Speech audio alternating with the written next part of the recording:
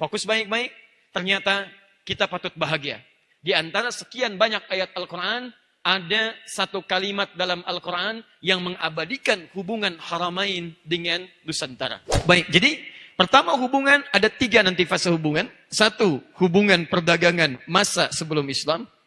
Kedua, nanti masa keislaman. Dan yang ketiga, masa modern kekinian yang sebagian besar tadi sudah dibahas. Di masa-masa dulu, kata catatan Claudio Ptolemus, orang Arab, sejak zaman bahkan sebelum Islam, mereka merajut hubungan perdagangan, dan berakhir sampai dengan di Cina, tidak akan pernah sampai ke Cina, kecuali mampir di satu tempat, di Nusantara, daerah yang diberi nama dengan Baros, 414 km dari kota Medan, di Tapanuli. Baros. Ada apa di Baros ini? Karena di Arab tidak ada O. O, setiap O itu kemudian berubah menjadi U. Jadi kalau ada di Arab, misalnya kita bilang O, di Arab jadi U. Misal, Dono, Kasino, Indro. Kalau orang Arab kemudian menyampaikan, nggak ada O-nya. Dunu, Kusunu, Undro. Ya? O. Karena Baros kemudian bagiannya adalah O, anak kultulahum, yani la yujad fil Arabiyya O. O. Jadi anda menulis an naqul O fil Arabiyya hawalat ila U. U. Dan anda menakul Dono, yakulu Dunu. Yakulu Kasino, yakulu Kasinu. Yakulu Indro, yakulu Indru. Fahim tuh? Masya Allah, luar biasa. Fatahawalat hadhil kalimah min Baros ila Barus. Berubahlah kata ini dari Baros menjadi Barus.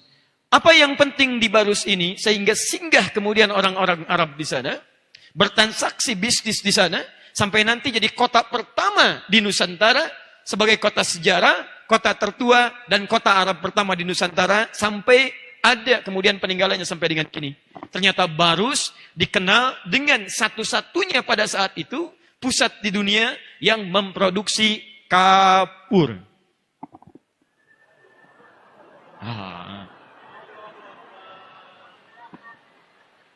Kapur. Dari sini muncul istilah kapur, Barus. Lihat sini, fokus. Jadi istilah kapur dulu nggak akan ditemukan. Kapur bukan bahasa Arab, kapur bukan bahasa Yunani, kapur bukan bahasa Cina, kapur bukan bahasa Jepang. Kapur asli bahasa Nusantara, bahkan asli bahasa Indonesia sampai dengan kekinian. Karena ada hubungan kuat perdagangan, singgah di Baros, datang bawa kapur, disebarkan kemudian di wilayah Arab, disebarkan kemudian menjadi bagian dari aset bisnis, maka jadilah kosakata kafur jadi kosakata bahasa Arab yang disampaikan pada masa perdagangan pada saat itu. Maka jadilah kemudian kata yang diserap dari bahasa asing ke dalam bahasa Arab disebut dengan kalimah mu'arrabah. Kalimah mu'arrabah. Asalnya kalimat asing diserap ke dalam bahasa Arab, jadi bahasa Arab, dan ketika disampaikan dengan menggunakan bahasa Arab, maka ditetapkanlah dalam kaidah sebagai bahasa Arab yang dibincangkan dalam setiap lisan orang Arab.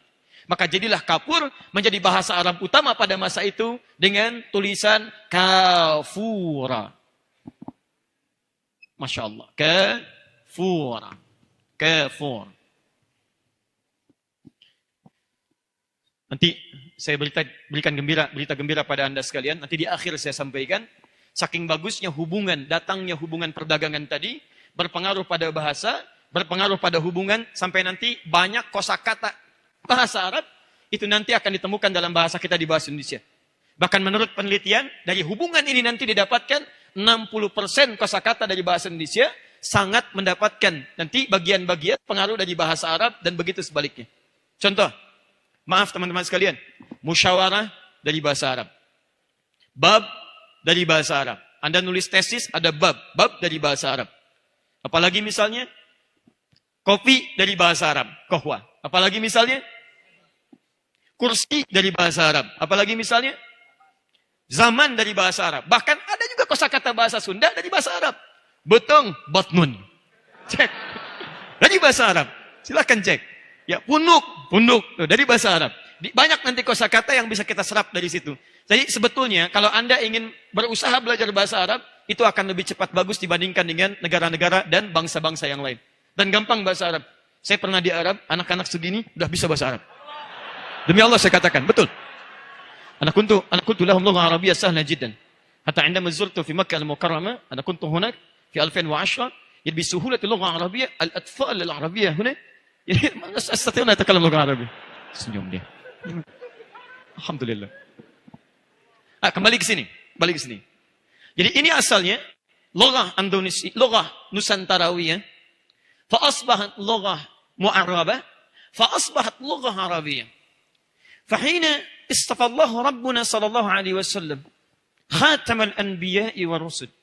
Ketika Allah Subhanahu wa taala mengutus dan memilih nabi dan rasul penutup, dan dipilihlah seorang yang sangat mulia, aminan, siddiqan, seorang yang sangat jujur, terpercaya, sebuah Muhammad sallallahu alaihi wasallam. Nabi Muhammad sallallahu alaihi wasallam membawa risalah Islam, fokus baik-baik. Maka kemudian secara singkat berubahlah hubungan dari hubungan perdagangan, bisnis, alaqah tijariyah menjadi hubungan keislaman antara satu dengan yang lainnya.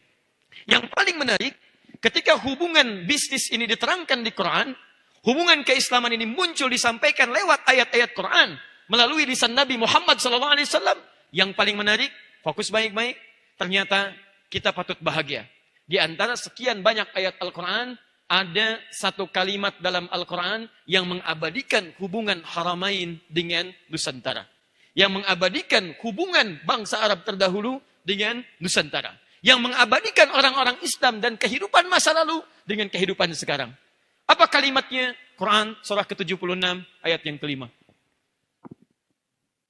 فَإِنَّمَا تَحَوَّلَتِ الْعَلَاقَةِ مِنَ الْعَلَاقَةِ التِّجَارِيَّةِ إِلَى الْعَلَاقَةِ الْإِسْلَامِيَّةِ بِاصْطِفَاءِ خاتم الأنبياء والرسل محمد صلى الله عليه وسلم. فمن العجيب أن الله سبحانه وتعالى أظهر هذه العلاقة في القرآن الكريم بقوله في سورة الإنسان في الآية الخامسة. فقال ربنا انظر إلى قوله إن الأبرار يشربون من كأس كان مزاجها كافورا. Sungguh kata Allah, orang-orang mulia itu, orang-orang baik itu nanti akan masuk surga, dan di surga kami akan berikan minuman yang termasuk minuman paling enak, wanginya sewangi kapur barus, dinginnya sedingin kapur barus, tapi rasanya tidak seperti kapur barus. Luar biasa. Kapur barus berubah jadi kamper. Bukankah kamper wangi? Saking wanginya, saking hebatnya, jangankan yang hidup, yang meninggal pun pengen pakai kamper. Silakan cek. Hampir tidak ada orang meninggal kecuali menginginkan ada kapur baru. Saking inginnya, saking wanginya, saking dinginnya. Kata Quran, nanti di akhirat, hei anda yang sering rihlah, hei anda yang sering melakukan hubungan bisnis, hei yang sering berdagang jauh-jauh sampai keluar Arab, sampai ke Nusantara, sampai mendapatkan kapur. Nanti di akhirat gak usah berlayar lagi. Di akhirat tidak usah terbang lagi. Kalau kamu jadi muslim yang baik, kamu berakhlak yang baik, kamu ikuti petunjuk Nabi ini, saya sediakan minuman paling nikmat. Wanginya seperti wangi kapur barus, dinginnya sedingin kapur barus, tapi rasanya tidak seperti kapur barus. Ya. Kalau mau coba nanti insya Allah ya. Atau mau latihan dulu Ustaz, saya mau coba. Bagaimana rasanya minuman kapur barus? Mangga. Ya. Fokus. Jadi ini bagian yang kedua. Ini kalau kita bicara hubungan para haramain dengan Nusantara, sebelumnya di Indonesia, itu bukan hubungan yang singkat saat ini. Tapi ada masa sejarah yang panjang dari sejak masa jahiliyah, masa kenabian, sampai dengan masa risalah keislaman. Saya agak cepat. Singkatnya, Islam mulai disampaikan, risalah mulai turun, ayat-ayat mulai disampaikan, tapi yang paling menarik, setelah 5 tahun dalam proses dakwah, dimulai teman-teman sekalian, 610 Masehi, Nabi menerima wahyu, usia 40 tahun. Mempersiapkan diri, dakwah secara sembunyi-sembunyi, kemudian diberikan bimbingan oleh Allah selama 5 tahun, 615 Masehi. Di sini kita mulai materinya. Tahun 615 Masehi, kemudian diperintahkanlah oleh Allah dengan turunnya Quran, surah Al-Mudaththir, surah ke-74, dengan asbabun nuzulnya Anda temukan nanti di hadis riwayat Al-Bukhari, nomor hadis yang keempat sampai yang kelima, riwayat sahabat Jabir bin Abdullah radhiyallahu ta'ala anhu. Secara singkat, Nabi kemudian menyampaikan dakwah secara terang-terangan, mendapatkan respon yang tidak dibayangkan sebelumnya. Ada yang kemudian mencela, tidak sedikit yang meragukan, bahkan ada yang sampai menyakiti secara fisik. Singkatnya, Nabi meminta di antara para sahabat untuk sebagian berhijrah, mendapatkan tempat yang baik, untuk menyelaraskan dan melanjutkan ajaran nilai keislaman. Maka 615 Hijriah ditandai dengan gelombang pertama hijrah sahabat Nabi dipimpin oleh Ja'far bin Abdul Muttalib radhiyallahu ta'ala anhu ke satu negeri disebut dengan Habasyah. Sekarang dikenal dengan Ethiopia. Fokus. Ini jarang disebutkan dalam sejarah dan ada beberapa bagian yang harus kita perdalam kembali. Hijrah sebagian ke Habasyah, tapi ada yang tidak tercatat dalam sejarah.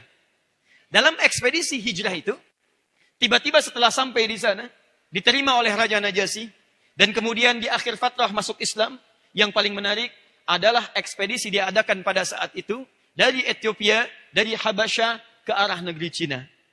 Ikutlah sebagian dari rombongan sahabat pada ekspedisi itu, singgahlah kemudian di kota Baros tadi, dan menyebarkanlah risalah Islam di daerah Baros sampai menyebar ke wilayah Nusantara. Dari situlah kemudian dimulai penyebaran agama Islam sampai ke wilayah dari mulai Sumateranya sampai dengan ke ujung Papuanya.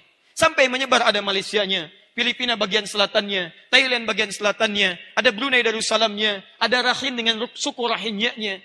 Jadi kalau kita berbicara tentang fase penyebaran awal keislaman, ternyata teman-teman sudah dimulai pada awal abad ke-7.